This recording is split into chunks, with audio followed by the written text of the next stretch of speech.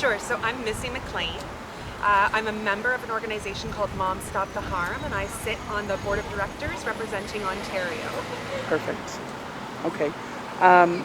Could you tell us what's happening today in Cobourg? Sure.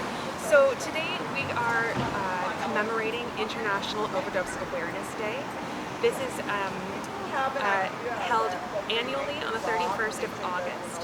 And the message that we try to deliver on this day is a time to remember and a time to act. We're remembering the lives lost unnecessarily to the national health emergency of toxic drugs. And we're calling on all levels of government, but also all community members to act in order to stop the deaths that are occurring. Okay. And who's here today? Yeah, so 4 organizations have partnered to hold these events in Northumberland County. I'm here representing Moms Stop the Harm, which is a network of Canadian families who have been impacted by drug-related harms and deaths. Okay. And then I'm joined by Greenwood Coalition, which is a grassroots street-level outreach organization. We have PARN, which is an HIV support and health community service. And we have the Halliburton 4th at Pine Ridge Health Unit as well. Awesome. Okay. And what's the message today? Yeah, so the message is that people who we lose to a drug-related death are missed. They were loved, they're still loved, and they deserve to be remembered for the important, loving people that they were.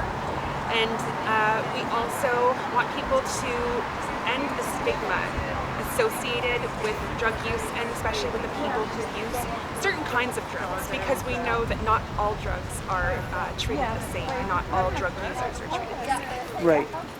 Absolutely. What are some of the things that are being done here today, handed out, trained? Can you touch on that? Yeah, sure. So a few of the things we're doing during the day event, we are offering free Naloxone trainings, and anyone who would like to pick up a Naloxone kit can do so. We are doing commemorative flags and rocks, so people can write a message or a name on one of these objects and then add it to our display to commemorate their loved one lost.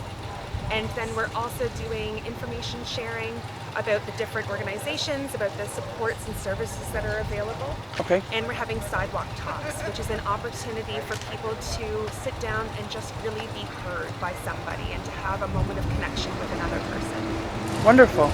As a closing, there's something unique about the setup here today that people walking by might take as a decoration.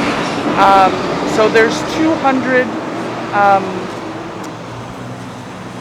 you know what I'm getting at. The paper cranes, yeah. So could you explain that to us? Yeah, so we have 200 paper cranes on display here. Each one represents a life lost to a drug-related death. And we actually have lost over 200 people in this community since 2011. And these cranes are here as a beautiful reminder of those lives and all of the dreams and hopes that were lost with them. Right. Okay. As a closing message, do you have anything to say to the community at all? So I think the main message that I have for everybody is to remember that people who use drugs are people, first and foremost. They are loved ones, they are somebody's someone, and so we need to always take time to speak their names and to remember that they were here.